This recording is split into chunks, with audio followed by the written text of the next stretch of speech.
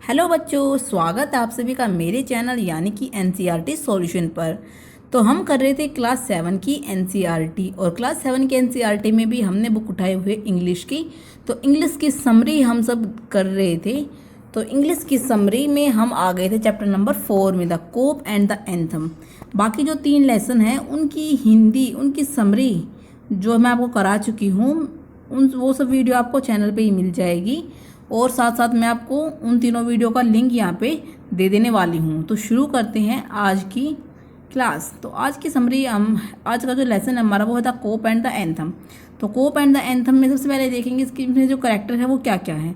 तो करेक्टर है जो यहाँ पे एक चोर है, एक थिफ है, जो चाहता है कि वो जाके जेल में क्या हो जाए, गिरफ्तार हो जाए, ताकि वहाँ पे है जो ठंड पड़ रही थी उसे वो खुद को बचा सके। तो देखेंगे यहाँ पे जो चोर है उसकी स्टोरी क्या है।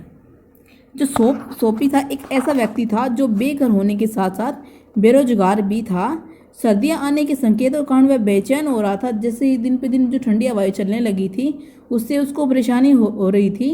तो इससे इन सब से क्या पता लग रहा था, उसको संकेत मिल रहे थे जैसे कि पक्षी दक्षिण की ओर जा रहे थे, क्योंकि नॉर्थ में ठंड ज़्यादा बढ़ गई थी तो पक्षी यहाँ से गर्म जगहों की तरफ जा रहे थे। और जो पेड़ पत्तियाँ थी, मतलब जो हवाएं थी वो ठंडी बह रही थी। और जो पुरुष है, पुरुषों को नए गर्म कपड़ों की इच्छा थी। तो ये सारे संकेत से उसको जो आगे ठंड आने वाली थी वो उसको डरा रही थी कहीं ना कहीं। जैसे कि उसे सर्दियों में एक आश्रय की आवश्यकता थी। वो चाह रहा था कि उसको कहीं ना कहीं रहने का ठिकाना मिल जाए। वह दक्षिणी आसमान या बे ऑफ नेपल्स जैसी अन्य जगहों की बजाय ब्लैकवेल द्वीप जेल को चुनने के लिए आया था। वो क्या सोचता है कि कहीं ना कहीं से कुछ भी करके अगर वो ब्लैक वेल द्वीप पर वो जेल में चला जाए तो उसके लिए बहुत अच्छा होगा। तो 3 महीने उसकी की जो ठंड है वो भी उसकी अच्छे से कट जाएगी, और दूसरा वहाँ पे उसको खाना भी अच्छे तरीके से मिलेगा। तो ऐसा जो सोपी है वो सोचता है यहाँ पे। ठीक है, तो क्या करता है, वह काफ़ी ज़्यादा कोशिश करता है कि वो खुद को गिरफ्तार करे। वह मतलब वो ज़्यादा कोशिश, वो अपने दिमाग में सोचने लग जाता है कि मैं ऐसा क्या करूं कि जो जिससे मुझे वो जो पुलिस है वो कहीं ना कहीं मुझे गिरफ्तार कर ले। तो सबसे पहले उसके दिमाग में विचार आता है कि मैं एक अच्छे से रेस्टोरेंट में खाना खाऊंगा और फिर मैं बोल दूंगा कि मेरे पास पैसे ही नहीं है। वो कहीं ना कहीं फिर वो जो रेस्टोरेंट है उसके जो मैनेजर हैं, वहाँ का जो स्टाफ है, वो मुझे 3 महीने के लिए ब्लैकवेल द्वीप पर भेज देगा। तो वो ऐसा सोचता है। तो क्या करता है, फिर वो अपनी योजना पे काम करता है यहाँ पे। तो इस योजना को ध्यान में रखते हुए जो सोपी है वो एक रेस्टोरेंट में चला जाता है, जहाँ पर वो क्या होता है, जहाँ पे जाने के बाद वो वहाँ पे देखता है जाके कि यहाँ पे तो बहुत ज़्यादा मेरे अमीर लोग आ रहे हैं। तो जैसे ही वहाँ पे वो अंदर जाने की कोशिश करता है तो उसको अंदर वहाँ पे नहीं जाने दिया जाता, क्योंकि उसके जो जूते थे उसके फटे हुए थे। तो उसको देखकर पता लग जाता है कि इसके पास पैसे नहीं होंगे खाना खाने के। तो यहाँ पे उसका जो पहला प्रयास था वो यहाँ पे असफल हो जाता है। तब सोपी क्या सोचता है कि ये प्लान तो मेरा फेल हो गया, एक काम करता हूँ मैं कि कहीं और रेस्टोरेंट में ट्राई करता हूँ। तो अब सोपी सोपी है वो एक दूसरे रेस्टोरेंट में चला जाता है, वहाँ पे भी खाना खाता है। वहाँ पे जो दूसरा रेस्टोरेंट था वो इतना ज़्यादा अच्छा नहीं था, एक थोड़ा सा लो लेवल का रेस्टोरेंट था। तो वहाँ पे उसको एंट्री मिल जाती है। तो वो खाना मंगा लेता, खाना खा लेता है। लेकिन जैसे तब आता है, क्या होता है जब बिल की बारी आती है तो सोपी कहता है कि उसके पास पैसे नहीं है। तब वेटर ने पुलिस वाले को बुलाने की बजाय उसे बाहर फेंक दिया। तो वो सोच रहा था कि अब ये मुझे पुलिस को बुलाएंगे और मुझे कहीं ना कहीं ब्लैकवेल द्वीप पे जाने का मौका मिल जाएगा। लेकिन वहाँ के जो लोग थे उस रेस्टोरेंट के, जो वेटर था, उसने पुलिस की बजाय क्या किया, उसको उठा के बाहर फेंक दिया। तब वो क्या करता है, उसके दिमाग में एक और विचार आता है। वो सोचता है कि उसको सामने एक पत्थर पत्थर तो दिखता है, लेकिन इस पत्थर के पास वो खड़ा है, लेकिन उसको सामने एक बड़ी सी बिल्डिंग पर एक कांच दिखता है, खिड़की में कांच दिखता है। सो लगता है अगर मैं इस कांच को तोड़ दूंगा तो हो सकता है कोई मेरी कंप्लेंट कर दे और हो सकता है मैं जेल में पहुंच जाऊं। तो क्या करता है, वो पत्थर से कांच है, उसको खिड़की में कांच था उसको तोड़ देता है। और तो एक जो पुलिसकर्मी होता है वहाँ जाता है, वो उसको देखता है कि कांच टूट गया, लेकिन उसको ये नहीं पता चलता है पुलिस वालों को कांच किसने तोड़ा है। पुलिस वाला सोचता है कि अगर इसने सोपी ने कांच तोड़ा है तो यहाँ पे क्यों खड़ा है, भागता क्यों नहीं, क्योंकि जो जुर्म करता है तो भाग जाता है।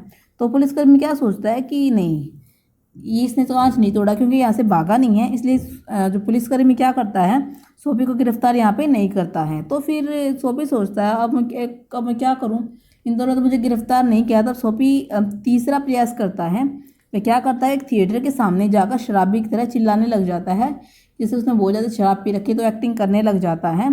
तो पुलिस वाले सोचते हैं कि ये चिल्ला रहा है तो आज के दिन तो भाई किसी भी मतलब कॉलेज वाले बच्चे को पकड़ने की जो है छूट है, मतलब आज हम किसी कॉलेज वाले बच्चे को नहीं पकड़ सकते, ऐसा कुछ उनकी स्कीम थी वहाँ पे।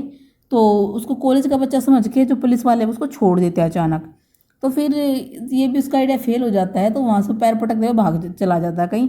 फिर जाकर के वो आगे देखता है कि एक आदमी है, वो अखबार खरीद रहा है, ठीक है, और उसके पास एक छाता भी था। तो सोफ़ी क्या करता है, सोफ़ी को सोचता है अगर मैं इसका छाता चुरा लूँगा तो पुलिस को बुलाएगा और मुझे गिरफ्तार करवा देगा।